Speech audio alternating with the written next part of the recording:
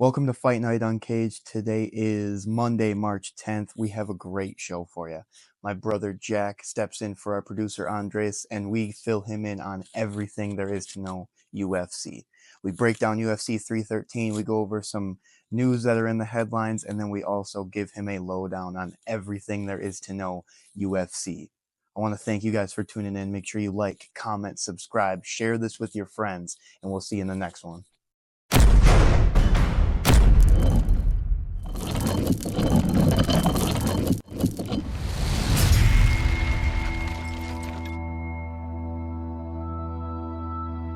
Fight Night Uncaged. Today's Monday, March 10th, and the great Alex Pereira has been dethroned. I guess you want to get right into that one. That was you. I mean, you asked me right before it started. You're like, "Who's winning?" I'm like, it's got to be Alex, and he looked bad. He looked bad out there. There's some really weak takedowns there. Yeah, he was the Magomed Ankalaev. Again, though, like I was saying, I don't think he was essentially trying to take him down. I think if he so back to the fight nerds thing that I was saying. He comes from a place in Russia called Dagestan. There's a group of guys who all come from that area in Russia, who are Bryce. How would you describe them? I mean, very religious, but also very dedicated. They Yeah. they have them train and wrestle at babies. Like the second you can walk, you're wrestling, you're training. Pretty much. These guys, that you don't have long hair. You have that. He had that like Amish looking beard. That is the style of look you have. You are a very devout religious person, and you train, and you smash. Jesus. But that's you missed the last few years. That they're coming through now, but there's a guy named Khabib. He was the GOAT. He was the lead. Like he kind of started the whole wave of these Dagestan Russian guys coming in, and just they're levels above everybody else as far as like pressure. And that Magomed Ankalaev dude that just fought, he has been in the top 3 for the last few years. It's just he's also fighting really good guys. But these dudes are like on another level of wrestling where they just apply so much pressure and force to you, and they smash you. And that's what they say is, "I'll smash. I'm going to smash." You were talking about Habib. What happened to him? He retired. So he was at the very peak of his career. His dad was his coach, and his dad was kind of coaching that whole group of guys. There's a whole group of them that are all just like either kind of up and coming, and like in 2-3 years you're gonna hear their names and they're gonna be title contenders. And so Khabib was the first. COVID happened. His dad passed away from COVID. He did one fight. He fought Justin Gaethje, the dude who fought in the co-main event. He fought him for a title shot, or for like he had the belt. He was defending his title against Justin, beat him, and then retired. He's like, I can't fight without my dad in my corner. I promised my mom. And and I'd say 90% of everybody else would have said they retired and then come back for money, because I'm sure they offered him money too, and he's very humble where he's like, nah, I don't care. I've seen a few knockouts of his, and it's insane. His pressure is like, he would hit you and like literally be a backpack. He would sit on you like a backpack and just like squeeze the life out of you. So Alex Pereira, I mean, it was close. Yeah, it was. But then I went back. I was looking at Twitter, watching people like post about it. He only threw like he didn't throw that many um, strikes. Even he didn't No. really even throw a whole lot. Not as much as I would have imagined he would have. he threw a lot of he threw a lot of those leg kicks, and he was tearing his leg up. But then I feel like he almost kind of abandoned that once Yeah, he's like, oh, he's not like his leg's not crumpling right now. What am I gonna do? yeah, I would have just kept kicking him in the leg. And then was it the second round he got rocked right at the end of the round? Yeah, pretty sure. It was right. It was there was like 20 seconds left. Maybe yeah, the second round, and that maybe he maybe wasn't right ever. Like he After was that, didn't quite get his footing right ever since then. it's possible. Yeah. Because I believe like the bell just rung of like for the end of the fourth round, and he did like a really good takedown, but he couldn't do anything about it. That Magomed, Yeah, yeah, that he was doing that. He did that again. He did that like two times where he went to take him down, and it's like that's the thing is that's his style and that's those guys' style. Take him down and literally like you wrestle. You have if there is a dude on top of you the whole round, all of your energy is being sucked trying to get him off of you, get him up, you know what I'm saying? So by the end of that round, if you've had this dude on top of you for 4 minutes, hitting you, punching you, like trying to choke you out, applying pressure, you're gonna be exhausted by the next round. And every time he would do it, it would be like 30 seconds, 40 seconds left. So you're really not tiring him out that much.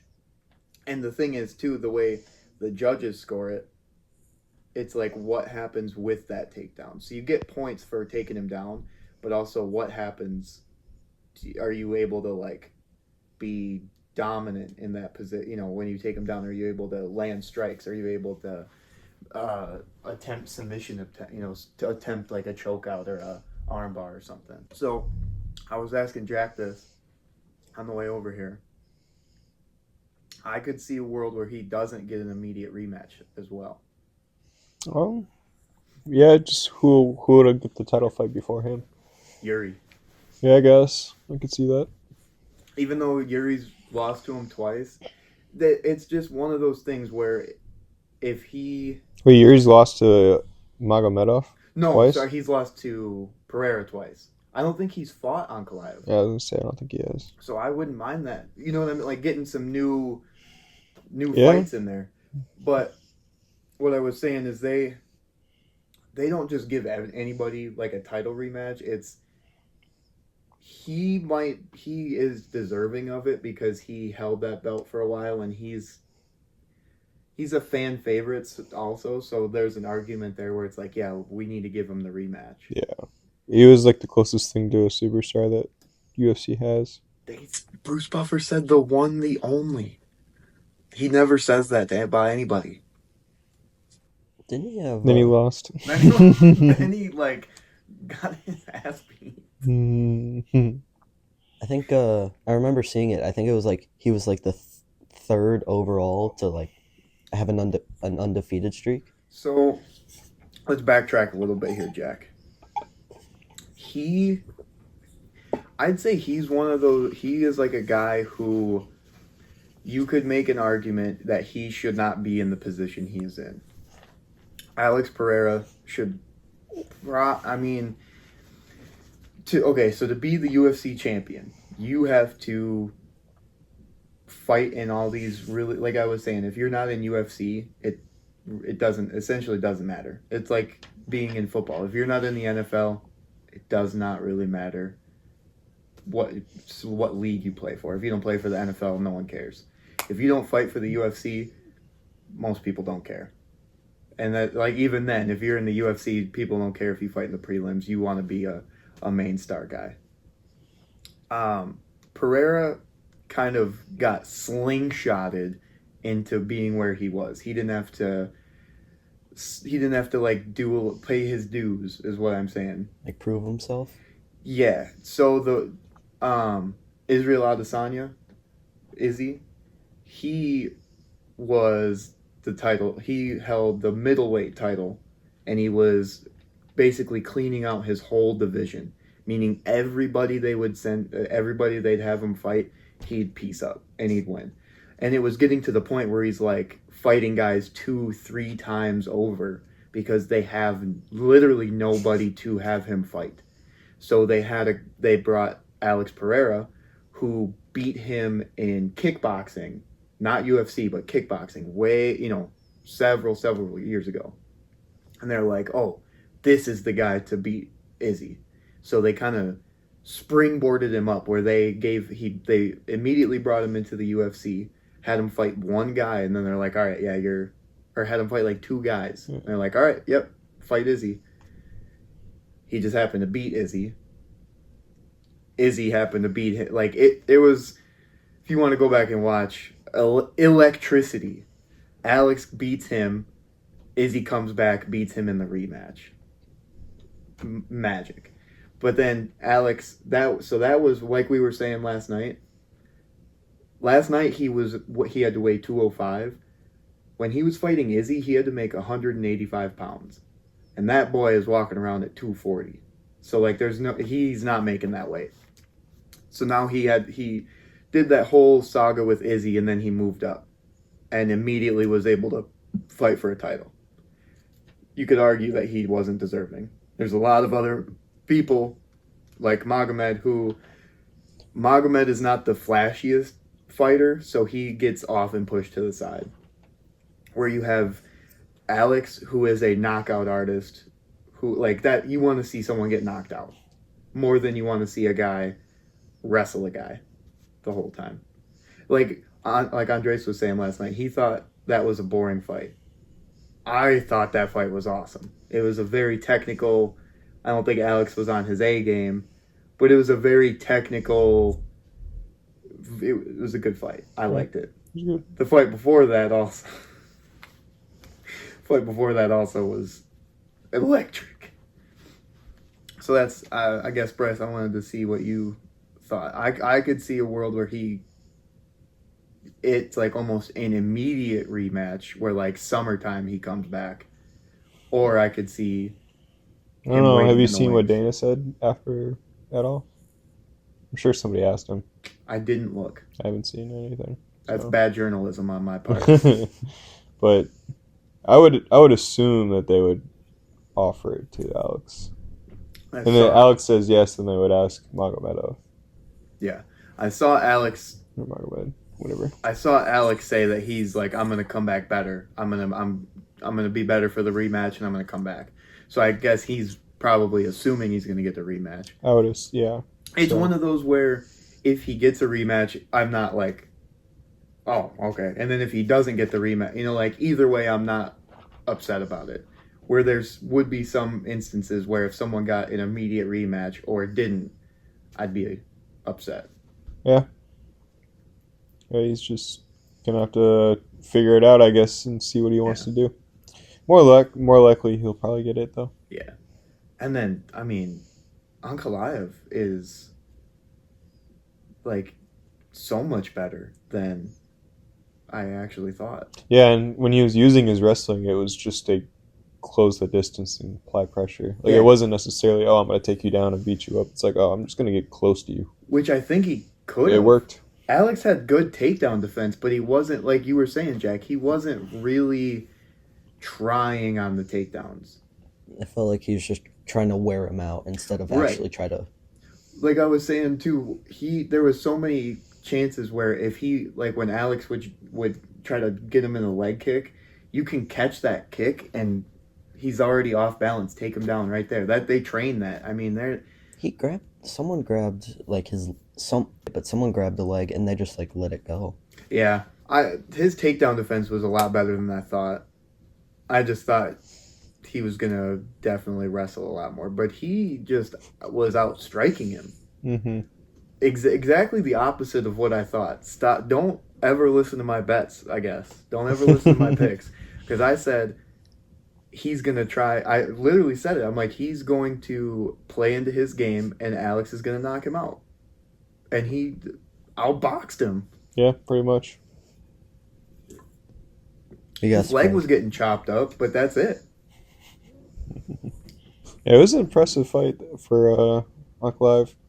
And seriously, from having a draw with Jan Blachowicz and Dana being like, yeah, these dudes suck, get him out of here, to now he beats Perira.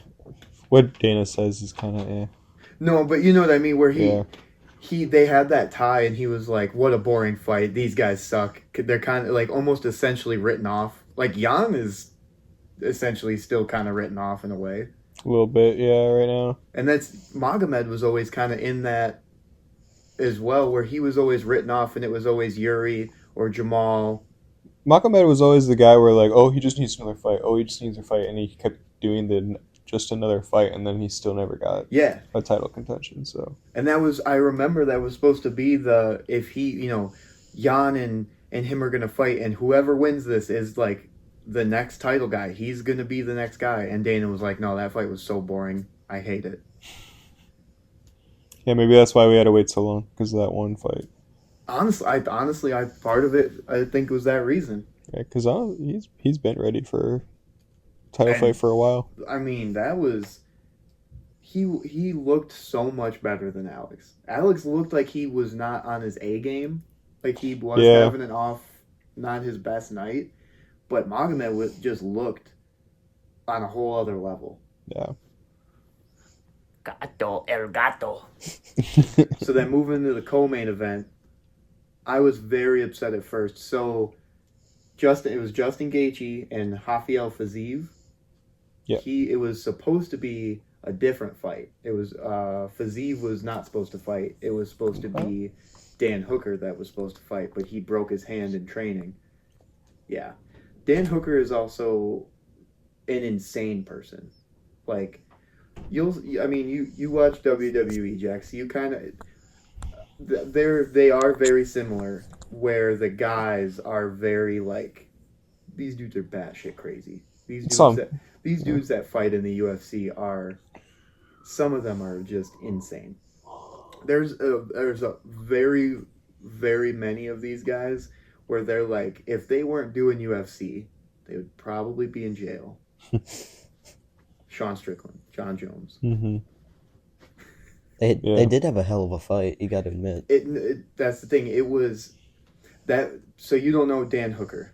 Dan Hooker was originally supposed to fight Justin, and I was so excited because it was going to be essentially the same fight. It was just going to be two guys who are completely insane, just beating the shit out of each other. And every UFC card, you just need one of those fights. You need two guys who are completely insane with no regard for their life. And like Justin says that in an interview before, he's like, I don't plan on being alive the next day, so I'm lucky to be alive. That's how you be a fighter. Yeah, it's mindset. Again, don't listen to my picks ever because completely thought Justin was not prepared for Rafael Fiziev, and Fiziev was going to piece him up. And I thought, here's the resurgence of Fiziev, and I was completely wrong. They already fought once before, had a very similar same fight where they just beat the hell out of each other. Justin won the first time.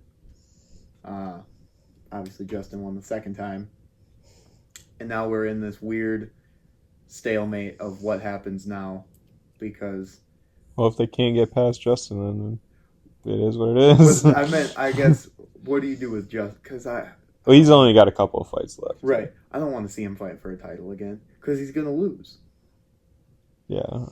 He doesn't. Okay, so Justin and Rafael, they fight in the lightweight division. The champion of the lightweight division is Khabib's best friend, Islam Makhachev. So Khabib had the belt. He retired. And then his best friend, brother from another mother, prodigy, guy who was like, this was their whole plan for like years, was like, I'm going to win the belt. I'm going to do so good. I'm going to retire. You're going to win the belt. You're going to have it forever. So like that, but they're in this weird stalemate of like, Islam's beaten everybody. He beat Justin.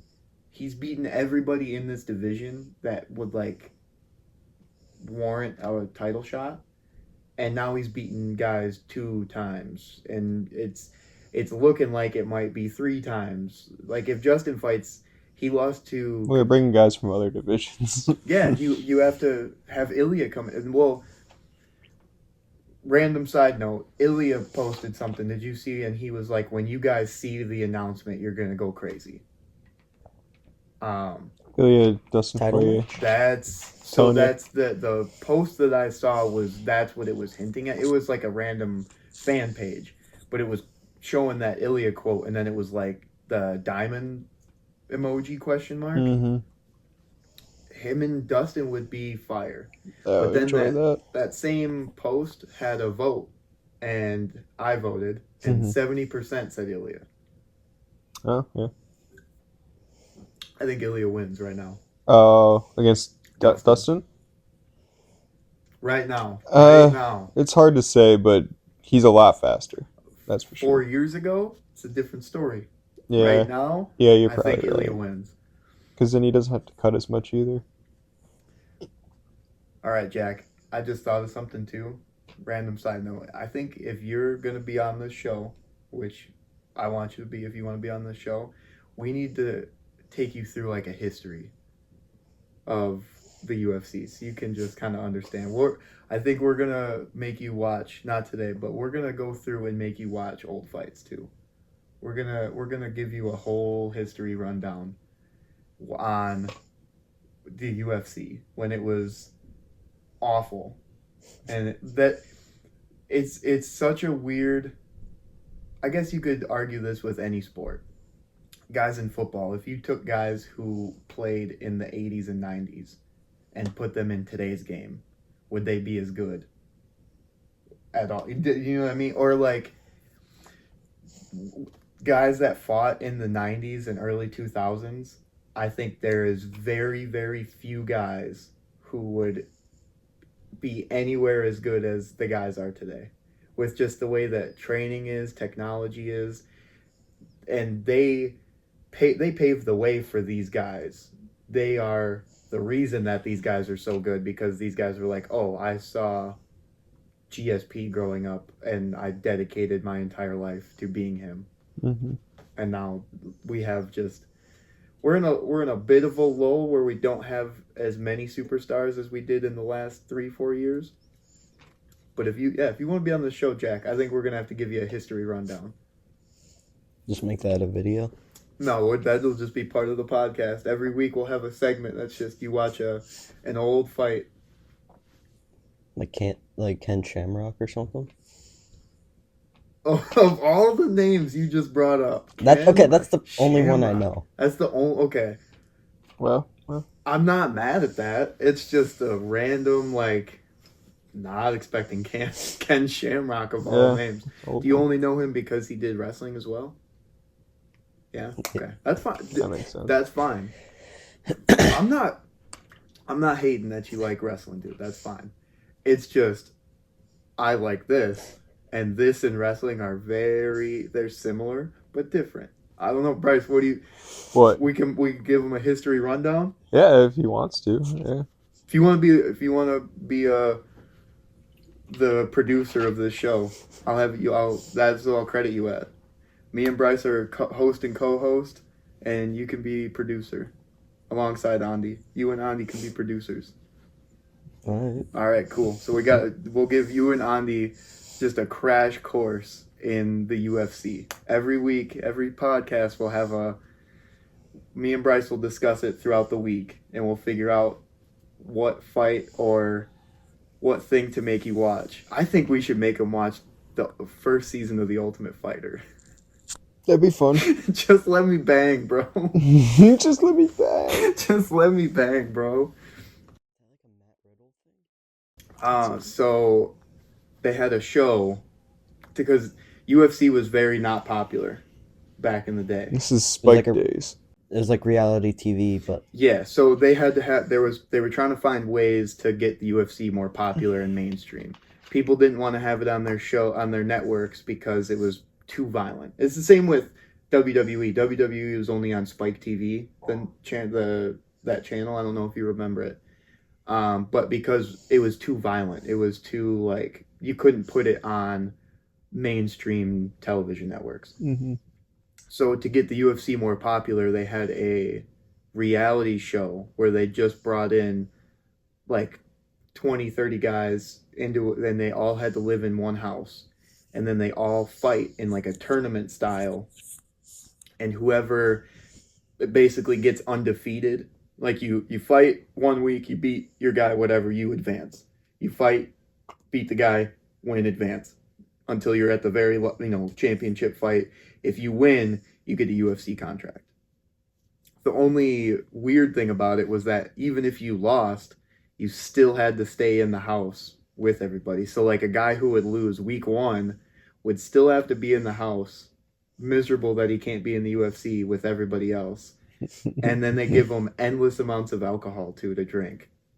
So imagine the bachelor party, but everybody's like roided up and mad because they can't be in the UFC. So everybody just drinks and fights. Pretty much. It's awesome. Do some of them like that don't win?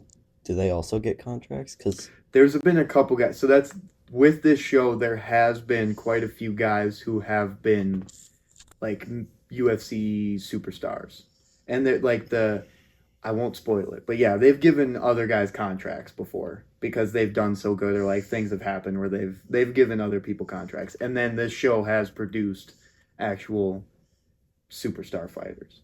like I was watching a few clips of Matt Riddle.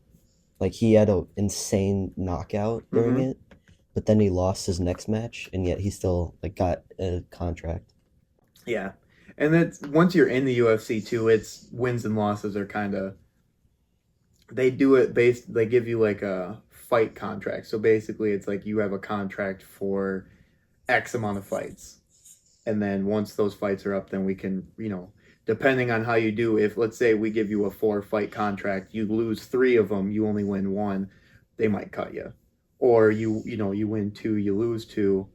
Hey, well, we're gonna trust you. We'll see how this goes. We'll give you another 3 fights. It's all just kind of varies and fluctuates depending on how you do. So, that was a random side tangent, but I think that would be kind of cool. I would like to give you and Andy a crash course in UFC history.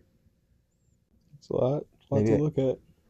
That would be a cool segment, though. Each podcast, we just give them a fight or something to look at, and they get a whole crash course. We give them the whole Connor era. We give them the whole barbed wire tattoo era. Yeah. All of it. We give them that's the word. Like I was telling you about Khabib, and it's you don't understand the whole story arc of that. It's similar to WWE though, where there are these story arcs that make it pretty fire. Looking back, there are some fire story arcs in UFC. Maybe I could do the same. Like show you some. There we go. Show us some WWE. Like there was this has nothing to do with UFC, but I believe like March 1st, Mhm. there was an insane like street fight. I showed you a clip of it yesterday, but someone like got dropped on a barbed wire steel chair. Barbed wire steel chair. Yeah, we don't have that in UFC. We don't got weapons. We got our fists and our legs. All right, transitioning back into the fights. That second fight though, that Justin Gaethje Fiziev, banger. That's how you sell a guy on a fight. This paid out because we could have had a real letdown of a card, and that would have been Jack's introduction, and he would have been like, "Oh, this is UFC." You got a absolute banger. It's a pretty good card. There's some duds. There's always duds, but then like the chick fight wasn't the greatest, but that's okay. It's not gonna be the greatest. But also for like people like me and Bryce, it wasn't that bad. Like it was, I've seen way worse. Yeah, it was still a good girl fight. It was a good girl fight. Not every girl fight's good. Some are, some aren't, most aren't. I can't remember who, but someone had like an insane headlock, and then they Yeah. like sat on his head. Oh Or her yeah, head. Fiziev yeah. sat on his face and Gaethje. he definitely farted on him. he He was sitting on him and then elbowing him 100%. in the ribs. Why wouldn't you fart on him? But then he was dropping down the elbows right into it, like giving him a Charlie horse too. Mm-hmm. Ouchie. So yeah, kind of sucks though because, like I said, Justin isn't going to fight for a title anytime soon. Fiziev, who we kind of, he is in the like up and coming. He's always been a name that's floated around, but now his stock just dropped because he lost. If he was ranked, I'm sure he's gonna either not be ranked or drop significantly low. So that fight kind of sucked on those fronts where you're still in this stalemate of like each fight has like based on the outcomes things change, like their rankings change, and now this nothing happens. Everybody kind of either like Fiziev drops, so anything he had, any stock he had dropped. Justin is right where he's at. He didn't. I don't think he went up or down. He's only got a couple fights left, and he's gonna retire anyways. Give him 2 more crazy fights. Maybe maybe a title match. He's had 2 already. Oh, That's the thing is like they'll give guys 1, 2 title fights for sure. Very rarely do they give guys 3, 4 title matches. Like I don't think they've ever given a guy a 4th title shot. They've given guys 3, and the guys who get 3 are like it. If this guy wasn't champion, he would be champion. Oh, Like, not Colby Covington though. no, at that time, Yeah. When Kamaru and Colby first fought, if Kamaru wasn't champ, Colby would have been champ. Yeah. At that moment, things fluctuate so fast in a course of 6 months with UFC that so many things can change. I'm just like, Dustin. Mm-hmm. If when Dustin was fighting Islam, if Islam wasn't champ, Dustin would be champ. Oh yeah. It's just one of those things where it's just those guys. If Izzy wasn't champ, Robert Whitaker would have been champ. Like it's just kind of the shitty luck of the draw that you happen to have somebody who's just so much better than you fighting. But that's no knock on these guys too. The guys who are right below them are also very good. they're still badasses. They're so good. It's just that it's all levels. These guys are just levels better. And there's nothing like these guys can't train anymore and get any better. They are as good as they're going to be. I don't think they're going to get any better.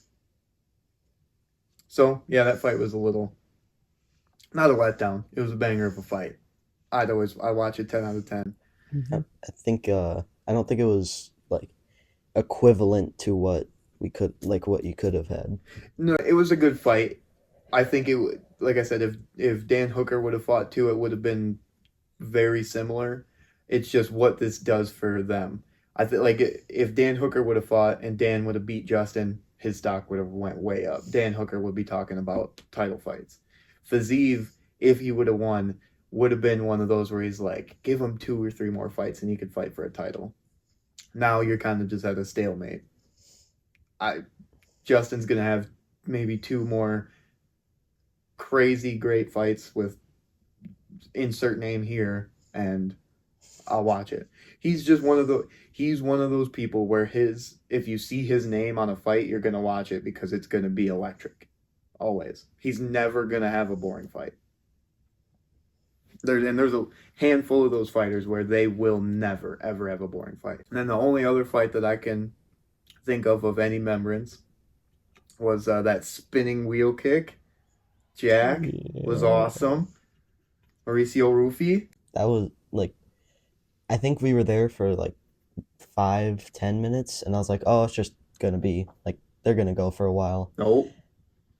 The minute I look down, everyone is like, oh my god! Yep. And he hits an insane spinning heel kick. I didn't realize how many times Bobby Green has been knocked out or choked out until they showed it a bunch. Hang it up, my boy. Hang it up. Yeah, he just like rolls into the knockout sometimes. It's crazy. And like the camera angle was kind of bad, but then when they showed the replay, it was rough. just beautiful, beautiful heel kick. And that team, that other dude on that team, that Fighting Nerds, he's gonna fight Bryce Mitchell, the other Mm. guy on team on Fight Nerds. Right. That one of those up and coming teams. Mm-hmm. So far, they all got a lot of good fighters. Mm-hmm. And it's don't think about it as teams. These guys will fight each other, but they all work. They all go to the same gym, so they're all part of this same team of like people. They all train together. But that's this Fight Nerds, this up and coming. I've just like within the last year have been blown up, and that was wicked, wicked spinning kick. I said it during the thing. He looks like featherweight Connor in his stand, like the way his stance was. Mm-hmm. It just has that like he was just floating, and that spinning heel kick was beautiful, Mm-hmm. beautiful, Jack. That's a beautiful introduction of UFC for you. An Yeah, it was insane good like first fight. first fight to watch. An insane first fight for you to watch. Like honestly, I don't think we could have had a better card for you to watch because that's your standard fight card right there. So before that, they had the prelims where there was a lot of up and coming no name dudes who you don't know. There was 7, 8 fights of those way before, and then this was the main card where they had the 5 fights of like these are all well named people. Um, you always have like 1 or 2 good fights. You got one fight that's just whatever, and then you have the co-main and main event that should be produce fireworks, but don't always. Well, what do you think this does for his stock? That watch like keep an eye on that name, the Fighting Nerds, because that's I said there's a dude. There's like 3 of the guys who are in that camp who are up and coming right now who are really doing good. So that really a highlight knockout like that, and that, like I guarantee you, he blew up. He seriously blew up, and that give it. There's another guy. So I'll give you some backstory. There's another guy in that camp who's fighting, I think in April. He's fighting a guy who is like very recently probably the most hated dude in the UFC. This dude who's in the UFC, he went on a podcast and talked to, like he is very conspiracy dude. He was just saying some very poor choice of words about Hitler. He was like low key supporting them. Yeah. So he got a lot of backlash, a lot of hate. And then like a few weeks after that, they announced that he's fighting this dude who's in Fight Nerds. And this dude who's in the fight, like he is gonna knock him out. He's gonna definitely knock him out. So that's everybody wants him to knock this guy out. But that fight also is gonna be a big story, a big like there's a lot of media around that fight. If he knocks him out, that will absolutely blow them up too. 1,000%. That Fighting Nerds camp will be like very mainstream. Mm-hmm. But if he loses, then He won't. there's I don't see him losing. I think if he loses though, same thing. His personal stock might drop, but that the Fighting Nerds camp or whatever, they're only going to continue to go up. they are gonna be very like this year is gonna be their year. Like summer, fall time, we're gonna be talking about them as like big, one of the mainstream fight camps of people. People are gonna go to that camp, like that. They're gonna be popular enough that other fighters are gonna be like, I need to go to them and train with them because they're so good. And that's essentially what you want though too. You want these guys to blow up, even if these guys aren't necessarily like these guys are nowhere near title talks in any regards. But give it a year, 2 years. These guys and like the thing about these up and coming guys, they'll fight several times a year. So let them fight several times a year and get a lot of wins under their belt, and they will be in title contention in a year or 2. Okay, Leon Edwards, Sean Brady, Jan Blachowicz, Carlos Ulberg, and then like Gunnar Nelson, Kevin Holland. It's a fight night. Oh, okay. It's at 3 p.m. on Saturday instead of being super late night. Oh, What okay. if we did, and it fight night, so we're not paying for a pay-per-view. What if we did the live stream then? You could do that. Live stream, get our live reactions and everything, and then talking to you about this earlier this week too. We'll go into just fight news. Is there anything else you want to say about talk about the pay-per-view? No. Final thoughts, Jack. First pay-per-view. Final thoughts. First UFC pay-per-view. Hell of a show. You liked it? Yeah. You want to keep watching it? Yeah. All right. No, this isn't everybody's cup of tea. Some people don't like UFC. You don't have to. That's if you want to keep watching it with us. Let's keep watching it. I like it. All right. Bryce, final thoughts. It was a good card. It was a good card. It was good. Not every card's gonna be that good. Not every card's gonna be like. There's cards that are gonna be better. Also, it's just luck of the draw. Mm-hmm. News that I was gonna talk about. Dana signed TKO that owns WWE. They own UFC. They also just signed a boxing deal. So now they're in talks they're doing a boxing promotion, but they're in talks about doing crossover fights. So now you're gonna have more UFC dudes coming into WWE. You're gonna have potential crossover boxing matches too between UFC guys and boxing guys. How much of that would you want to see? I don't know. It's hard to say. Not Not much. not WWE, but would you want to see UFC boxing crossover? UFC and boxing is fine, but the WWE one, I'm not sure how I feel about that one. I I get it where it would be like it'd be cool. I don't necessarily Jack, for you it would be you would like it would get you Yeah. more you would learn more about other UFC guys. They've tried to do it before. They Yeah. had when Brock Lesnar, like when he came back, Mhm.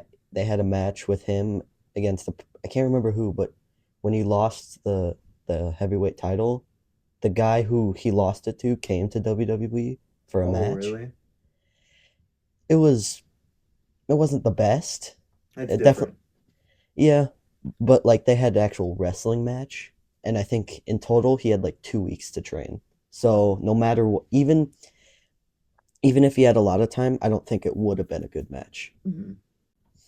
I guess so. The boxing, would you want to see would you want to see Alex go into boxing and fight? Not What's her really. name? Not necessarily. None of that really excites me too much. I don't know. And then also the thing with the WWE one too is like if they do end up going to WWE, they're probably going because they're like a personality person. Yeah. So then that means you're taking that away from the UFC, and when we need that. I would almost So want it to be like guys who are retired, like guys who can't necessarily fight in UFC anymore, could go to WWE and still be a face, that still be a that name, makes sense. But like if you're gonna take somebody who's like up and coming, and throw them in you. Yeah, then now you're taking their potential or their, I guess, momentum away. yeah. So I don't know. And like I guess there's not a like boxing match. I when I saw the announcement about the boxing thing, I was trying to think of like, is there one fight that I would want to see that would be like that would sell me on it? Is there anyone I would want to see Alex box that would be like that? I take it. I can't think of it. There's no fighters that I only want to see box. Like, Yeah, as there's soon as you take away like their kicking abilities or their takedown potential, like why do I care now? that's It's not even UFC anymore.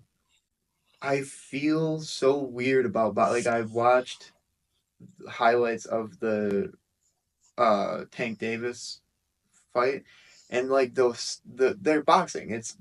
They're boxing, but it's like I'm watching it and I'm like, somebody throw a kick. Somebody like this man's legs are just wide open. It's just not practical. Yeah. Right. It's not practical in any sense. And then when you put guys who are, I don't like crossover events that we have now because you don't see any of the boxing guys go to UFC, and you never will because they would die. You're not. You only train striking, and like not all assets of striking. You only train boxing, Punching somebody in the punching face. Yeah. with big ass gloves on. Like any UFC guy is gonna just mess you up because I'm gonna take you down, or I'm gonna just blast you with leg kicks, or I'm gonna strangle you, and there's nothing you're gonna do about it. Right. I, It's like only one way it can go. right, and it's so I don't necessarily know if I want to. I was trying to think if there was one fight that I would want to see, and not real like a few years ago. I'd want to see Tyson Fury maybe, and like Ngannou, but I guess I saw that, so I don't care. I don't want to see John ever box. I don't want to see like I want to see Alex box because his biggest weapon is his kicks. I don't want to see him be completely limited on what he's allowed to do. These guys are like Alex is the perfect kickboxer. I want to see his skills be utilized in his best way. Yeah. Yeah. I just wanted to get your thoughts. I wanted to see Yeah. what you felt about it. If is there a boxing match between someone in the UFC and boxing that would be like date like Tank Davis, it would be like that would be cool fights, I guess. But it's not. I'm not gonna pay for it. There's not gonna be like. There's not a fight that's like here, take my money, as there are in UFC. I don't Yeah, think there's they can just no make it. UFC fighter that you can just have him only box. Maybe besides Ilia Topuria. Even then, though, it's But like if they're only able to box and then they're going against a boxer, it's like they're already disadvantaged and too I. much. Oh, I just wanted to get your thoughts on it. The only other thing that I saw in the news headlines that I wanted to talk to you about. So it's not official. Jones and Aspinall is not. There's no official date on it yet. But the thing that I saw Dana said, um, is that he's planning on having Jones and Aspinall fight in summer. If Jones turns it down, he's stripping him. Good. That was what I saw. If and I don't see him ever saying no if that's the case. If they're like, we're gonna strip you, I see his ego getting into the play where he's like, all right, I can't do it in that sense where I can't have you guys just strip me because I'm He refusing to doesn't fight want to this fight guy. Aspinall though. He'll He, try to find a way where he still won't have to fight him, hopefully, or probably. I get, I just so this is that's the only fight to make in heavyweight at the moment. But I just okay if he says no and you strip him, then John retires. Mm-hmm. You don't have the send off fight then. You do in a way, but you don't have like John to me is the guy where he wants that last send off fight. He wants to put his gloves down. He wants to beat whoever, he wanted his send off fight should have been his last one. Who the hell did he just fight? John? Stipe. Yeah, Steve. He should the way he beat Stipe, he should have beat a legend, taken his gloves off and be like, I'm the champ. I defend my heavyweight belt. You have to make me the GOAT. I'm retiring. Yeah. Because now he could very well lose to Aspen. Like I think he He does. would. I think he Yeah. does. But I think he has such a big ego that he doesn't want to just get stripped and retire. He wants to have a final send off. You know what I'm saying? Yeah. So he, But he's also gonna prolong it as much as he can. yeah. He's gonna drag it out. And like you said earlier, you got to take Dana's word with a grain of salt Yeah. because everything he says is like, yeah, okay, that you want that, but is that actually going to happen? He says that he's going to strip him if he says no to this. He said that he's going to book it in summer, and if he says no, he's going to strip him. He plays that he does whatever John wants most of the time. So if they don't pay him enough, I could see John just being like, yeah, I'm done. I think John's pretty good at getting what he wants to, unfortunately. Unfortunately, they're just gonna have to pay him a lot of money. See what I was telling you before. John Jones is one of those guys where he's gonna make more than $1 million to fight. Like he's gonna make several $1 million if they want him to fight. They just He's pay him a bunch, but like and that make like a retirement clause, but you have to retire no matter what after this. would he do that though? If it was enough, he would. Yeah. You throw enough money at him, he would do it. He's one of those people where it's so hard to read him. Where he's just he is a character.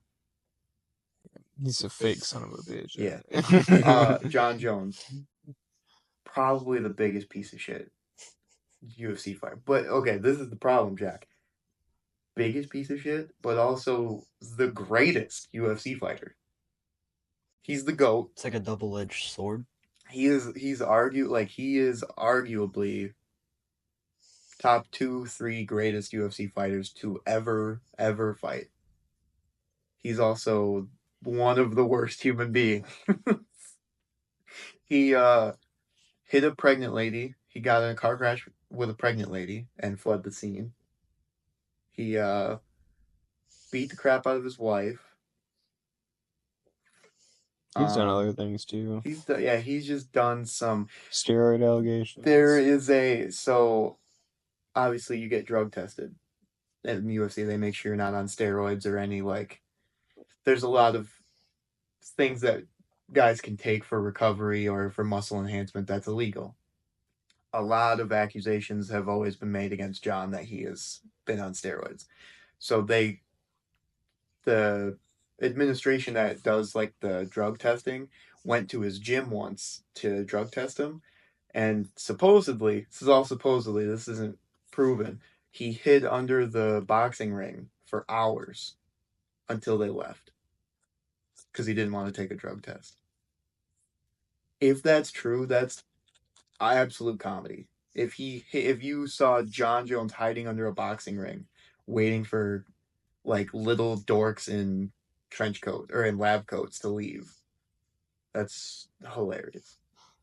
Yeah, even if you're not on steroids, if you're doing that, there's it's Comedy. already suspicious. Comedy. Yeah. I again don't know if that's necessarily true, but that's the story. The rumor and the story. So I guess I hope with this that Dana does back that up and does strip him. It wouldn't.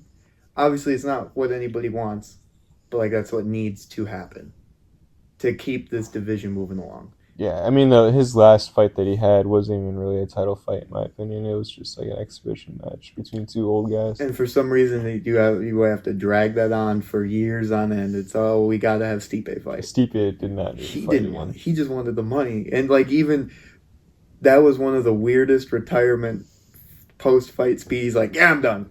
This sucks. Get me out of here. Oh, okay. You're not one of the... He's not here for the legacy thing. Yeah, you're not like a pioneer of this sport or anything. No. All right. He's like, I'm back. What was it how long was the fight gap between his last fight? Francis. His last fight was he was getting knocked out to Francis in 2020. That was 4 years. 4 years, because then he was supposed to fight. Yeah, they would 4 years. That's crazy. Jeez. But this dude was he should have retired when he lost in 2020, and then I think when he lost in 2020, he was high upper 30s, maybe even 40, and then he fought again. He just fought last year, end of last year, and he was early 40s and got the shit beat out of him after taking a 4-year layoff and just hoping you're going to be still in the prime of your career. Because we wanted that John Jones-Stipe fight 4 years ago. I wanted it before then. Yeah. Even then, 4 years ago, you're like, do we need to make that fight? Yeah. It was just a legacy fight. But that legacy, that, like I said, the UFC moves so fast. Where 6 months, anything you did 6 months ago is completely erased. No one cares. Yeah. People don't understand the impact that someone like Stipe had on the heavyweight division. they just see him take a 4-year layoff and get Lost like the body rest of kicked. his prime. Yep. Just decided he wasn't gonna fight anymore. So yeah, that's in the end of March. Is that that fight night? But I definitely want to do I think a live stream would be dope. It'd be fun. So plan on that, fight fans. We'll let me know what you think in the comments though of the fight. Are you upset that Dan Hooker had to pull out? What happens with him? What happens with Pereira? Do you give him a rematch? Do you put Jiri in there? I think that's the only other person you would do if it's not Alex. You do Jiri. Let me know what you think. Love y'all. We'll see you in the next one. Bye. Ciao.